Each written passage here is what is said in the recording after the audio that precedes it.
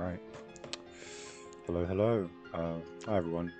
Today we're going to be playing the Steins visual novel. Playing slash reading. Uh, yeah.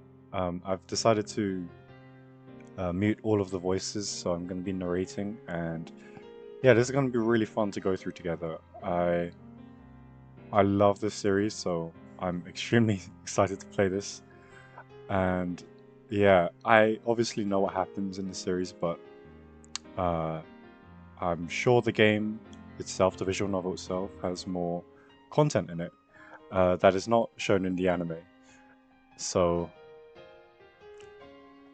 decided to buy this game. I've been wanting to play this for the longest time, and we're finally here. Yeah, I can never get enough of this story, the characters, and yeah, it's just such a good show. So, I guess, yeah, let's just get to it. I'm so excited. Everything is coincidence. Ooh. Universe has a beginning, but has no end. Infinite. This is the opening to Steins Gate, the anime. Thus, yep, have their own power destroyed. History teaches that those who hold wisdom are often most foolish. The fish in the sea know not the land. If they too hold wisdom, they too will be destroyed. It is more ridiculous for man to exceed light speed, and for fish to live ashore. This may also be called God's final warning to those who rebel. Oh, I'm so excited. Yeah, as I was saying, this was the opening to the original show. And it gripped me like immediately. So ready.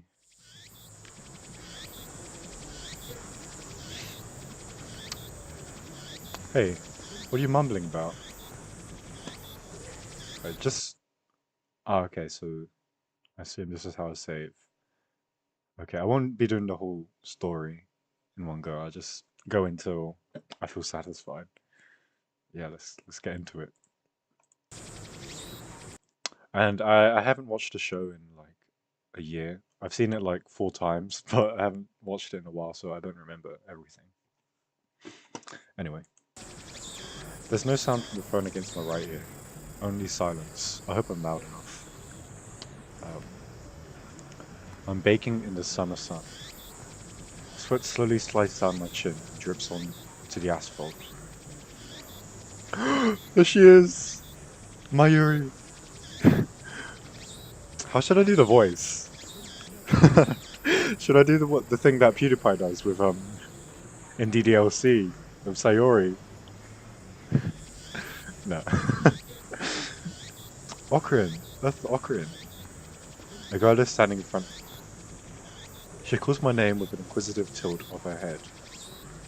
We're about to infiltrate deep into enemy territory, yet despite the imminent risk of death, there is no hint of tension on her innocent, childlike features. I love the art. Love the art. I cover my phone's mouthpiece and turn to the girl with an index finger to my lips. You're talking to someone? I nod and put my phone back to my ear. Still no sound from the other side. My contact is wise to maintain silence. The whole area could be bugged. No, I was just talking to someone. Everything's fine. I'm about to infiltrate the assembly hall. Still no reply. Looks like they just want my report. That's too dangerous to waste time talking here anyway.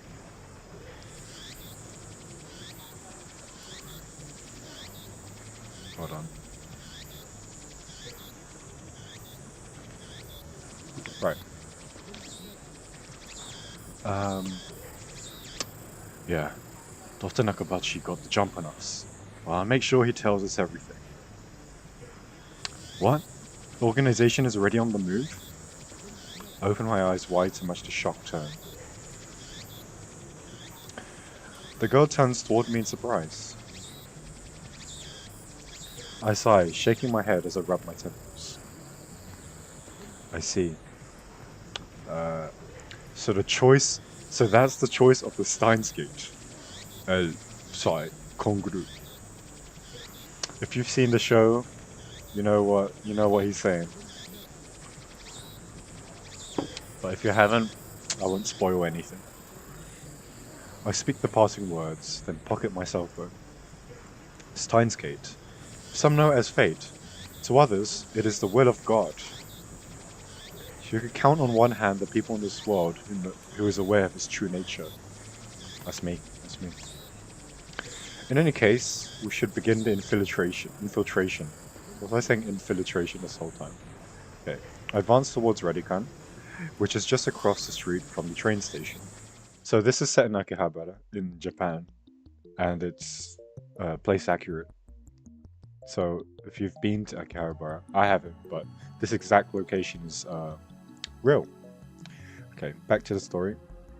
Of course, this is enemy territory. I can't just stride through the front door like an average person. I bypass the elevators and escalators and head to the 8th floor by the stairwell. Okay, I understand if you don't know the story, you're a bit confused, like, what's going on? Is he infiltrating this random building? I'll be clear in a bit, but let's just read on. But I only make it to the 7th floor before I have to stop and rest. Who was that on the phone? The girl, Shino Mayuri, immediately resumes our conversation. She followed me all the way here, and she isn't even short of breath. I, on the other hand, gasping for air with my hands on my knees. Who would have thought an 8-story building would be so tall? I turn to Mayuri while wiping the sweat off my brow. If I told you, I'd have to kill you. Oh, well, thanks, Ocarina. Mayuri smiles happily and doesn't pry any further. As always, she is quick to understand my position. We've known each other since we were both little. Mayuri is 16, 2 years younger than me, so she's more like a little sister than a typical childhood friend. I've been looking out for her for as long as I can remember. She's probably one of my favorite characters of this story, by the way. I used to hope that Mayuri might become the key to the Steins Gate, but now I reconsider. I don't want that terrible fate for her. She should live a normal life. That is my present wish.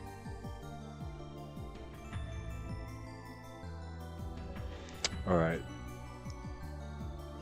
We continue to the 8th floor and enter the assembly hall. In front of us stands a cheap-looking stage with a podium and a sign reading Dr. Nakabachi's Time Machine Press Conference.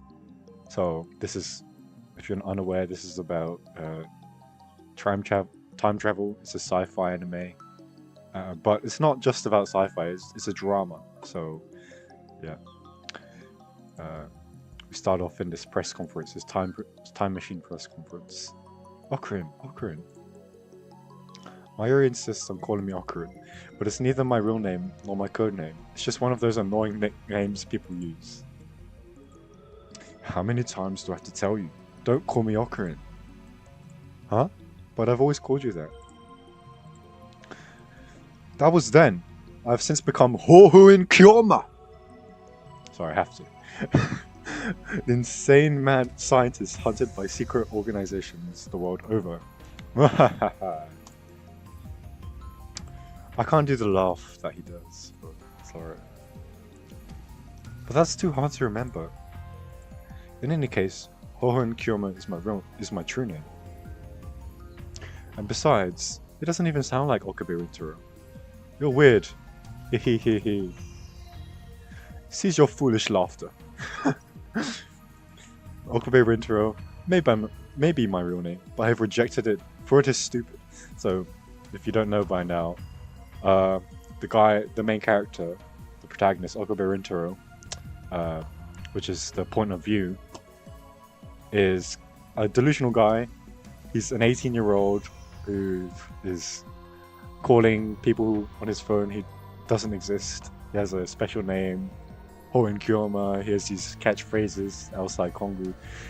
He's a delusional young guy.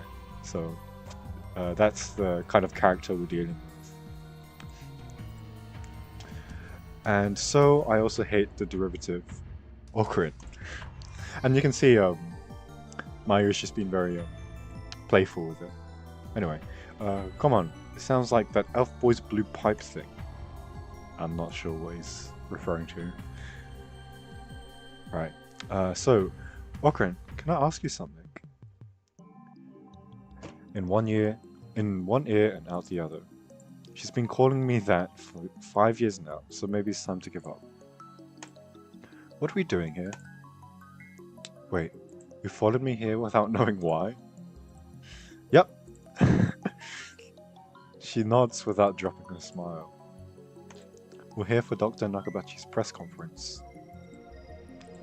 We're standing in the assembly hall on the 8th floor of Redikan. It is here that the conference will be held. Dr. Nakabachi is an inventor. He appears on TV from time to time and has few patents under his belt, but mostly he's treated as a curiosity. Press conference? But where are the reporters? Mayuri's right. I scanned the entire hall, but there's no one who looks like a reputable reporter or cameraman. There are only about 10 of us standing in the hall, including me. Considering Nakabachi's moderate media presence and the fact that he claims to have invented a time machine, I would have expected more. That's true. Could this be the organization working its twisted influence? Again, the organization. What is this organization he's on about? I twist my lips into a sneer. I thought that Nakabachi was like me, a scientist. Oh, I didn't read that, but I reckon it said scientist fighting for the organization. Against the organization. Okay. But this press conference suggests other motives at work. Our enemies won't miss this chance. I prefer not to get wrapped up in his mess. Nevertheless, I'm interested in what he has to say. That's why I'm here, blowing an afternoon of my precious summer holiday. Mary ponders why my utterance for a while before finally turning her head. You wrapped something? Is it his birthday too? I let out a sigh. Mayuri is known to not only make bad jokes, but to laugh at them too. Though it's Awkward's birthday, apparently. She's always been special. Keep your guard up, Mayuri. I suspect this won't be a normal comfort. Sorry about my reading. Ooh, what is this sound? I didn't even finish my sentence. New tip. What is that? Are we under attack? Are they trying to fry our brains with electromagnetic waves? Oh no, we've got to get our tinfoil hats. Oh shoot. Ooh.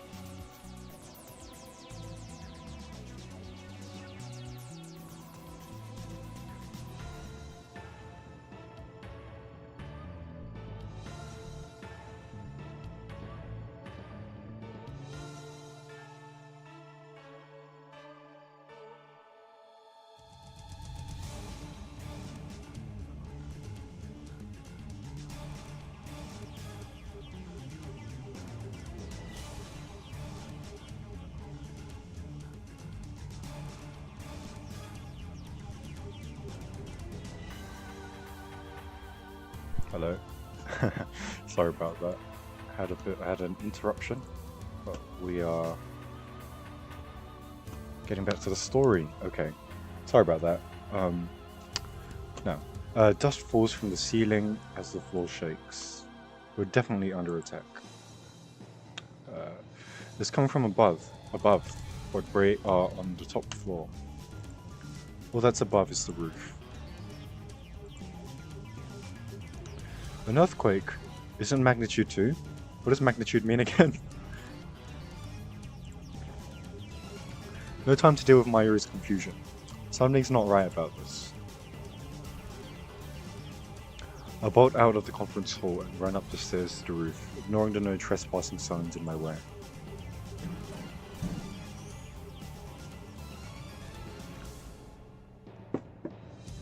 The door is open.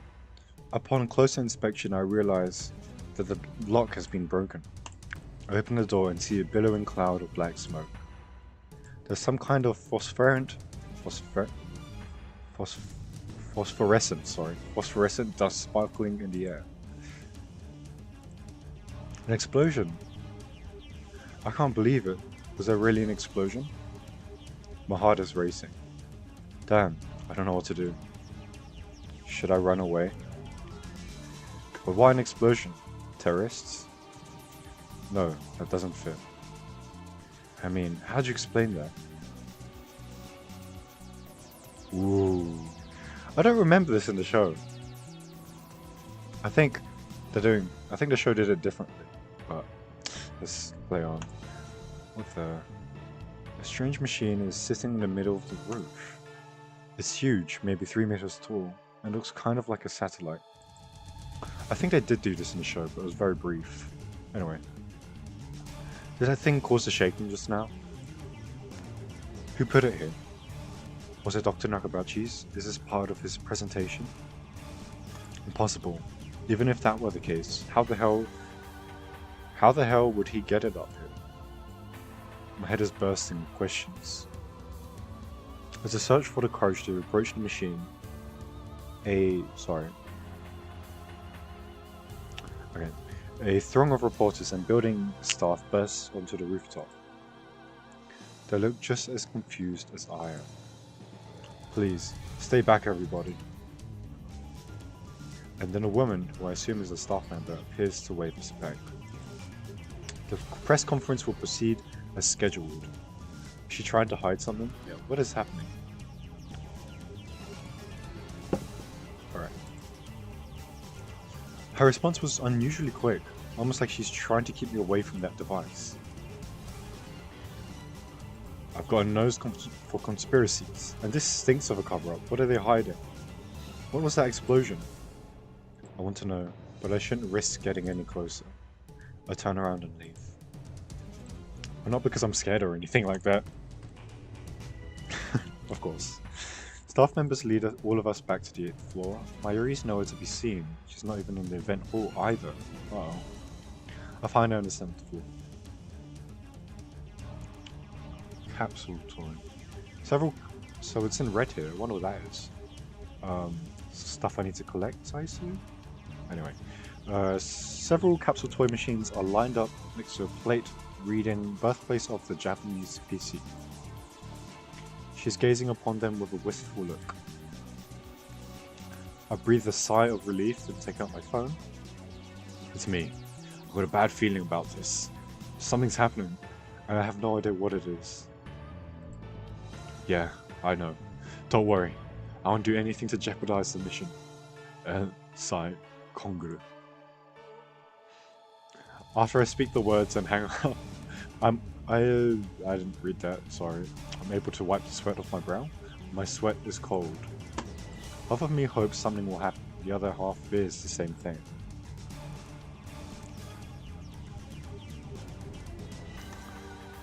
I put away my phone and look back at Mayuri. She's still staring at those capsule toys. She doesn't seem to be worried about the explosion at all. She's very aloof. I can't decide if she's level-headed or just airheaded. Or both. What are you doing? Oh, I love this song. I love this soundtrack. By the way, the Steins soundtrack is awesome. Like, ever since I watched it all those years ago, I've been listening to the OSTs. I have this playlist in my Spotify that I still listen to this day. The soundtrack is really good. Especially the openings, but I digress. Well, I really want an Upa. Just as I thought. Mayuri points to the capsule machine. The sign on the front says Rainet Kakaru 3D Character Doll Series. Rainet Kakaru is a popular anime series with its own card game spin-off, Rainet Access Battlers. They even hold international tournaments. Upa is the series' mascot character.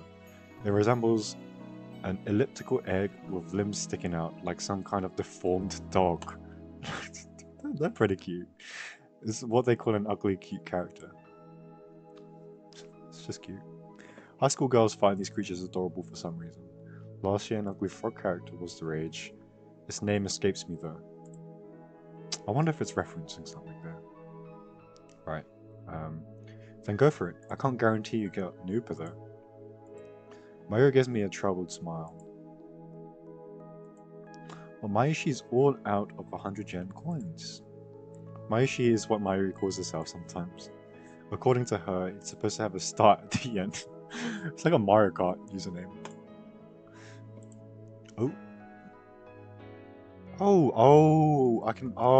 If I mess up then there's a backlog. Did not know that. Okay. I accidentally pulled that up with the scroll wheel. Well, who really cares? So, can I borrow 100 yen please? She holds her hands out with a look like a begging puppy. Looks like she was planning this from the very beginning. Well, at least she didn't say, "Gimme." Do you think it's that easy, Mayuri? You'll get no money from me. Instead, I'll show you just how harsh life really is. Oh. I pull out... he does it himself. I pull out 100 yen coin, set it into the machine's slot, and spin the lever.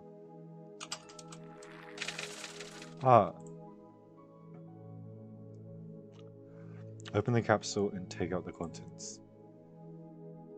Mari leans forward eagerly to see what I got.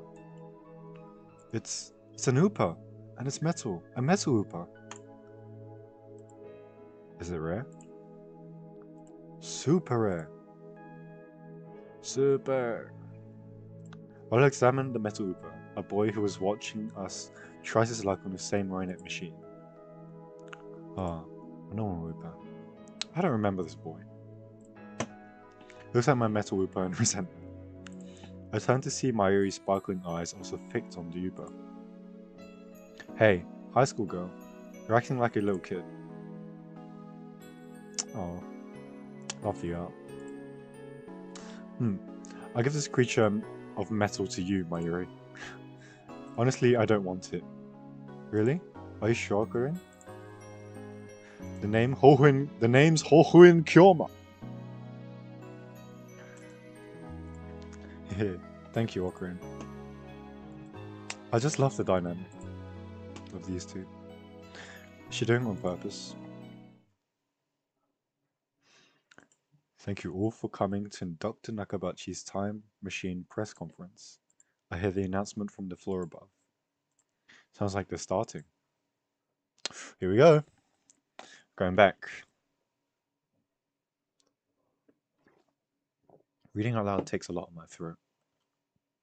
I head to the stairs, but Mayuri doesn't follow.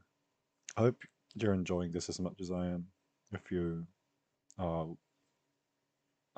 experiencing this series for the first time, or you've watched the anime. Let's go, Mayuri. Just a sec. I gotta write my name. She's preoccupied with the metal Upa. I go on ahead. Here we are. Without further ado, I am pleased to introduce the inventor, Dr. Nakabachi. Please welcome him with a big round of applause.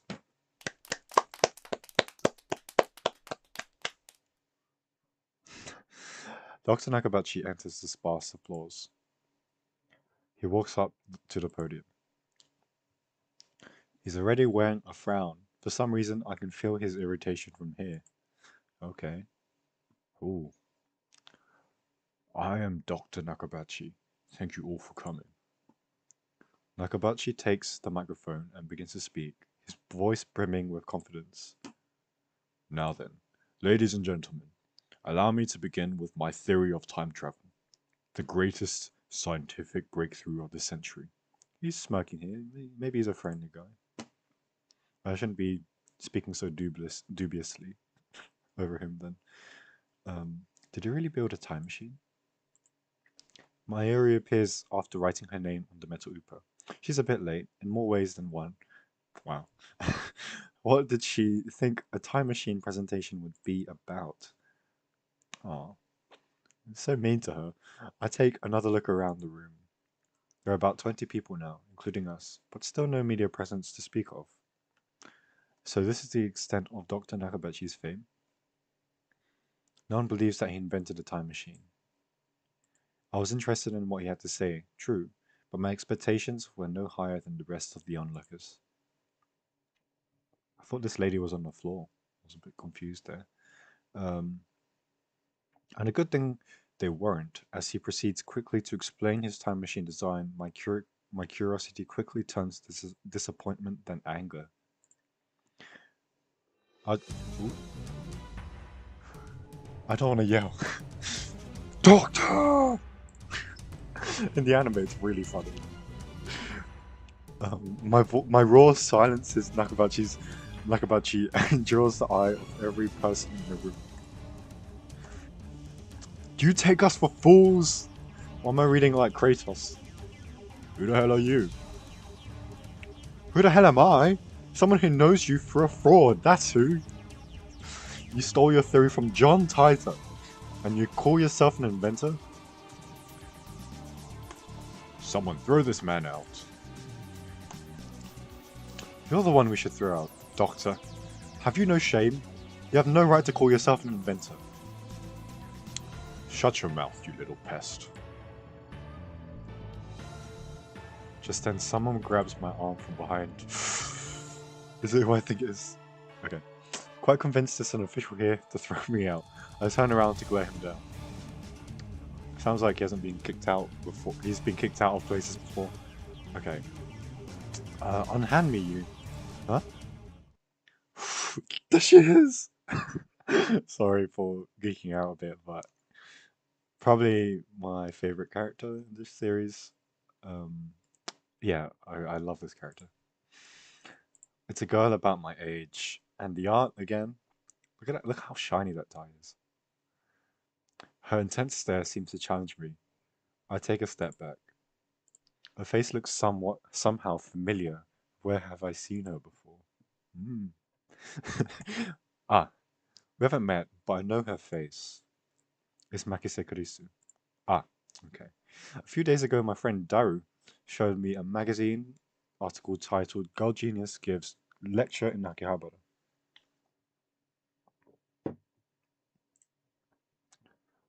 The article was about a 17-year-old girl who had just graduated from an American university. Her thesis was even published in a major scientific journal. Wow, I wish. I'll just say, like, I watched Steins Gate in secondary, and this show actually was the main thing that got me into physics, surprisingly enough. Because, we'll get into spoilers, but there's a lot of stuff about the universe, and then the rabbit hole just goes deep from there. Anyway, Girl Genius, Makisa Kurisu. I recognize the stubborn-looking girl from her photograph. I wish I could read that. She's even wearing the exact same scowl. Yeah, look at that scowl. What the flip? What business could such a genius have with me? Nothing personal. She takes a quick look around the room and turns back to me with a stern expression. Could you come with me for a moment? What's with the attitude? She's obviously not staff, and there's no way that Makisa Kurisu would be working with someone like Dr. Nakabachi.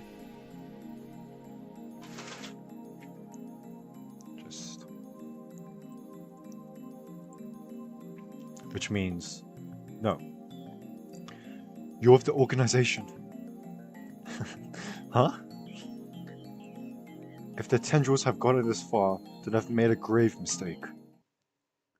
Stop fooling around and come with me.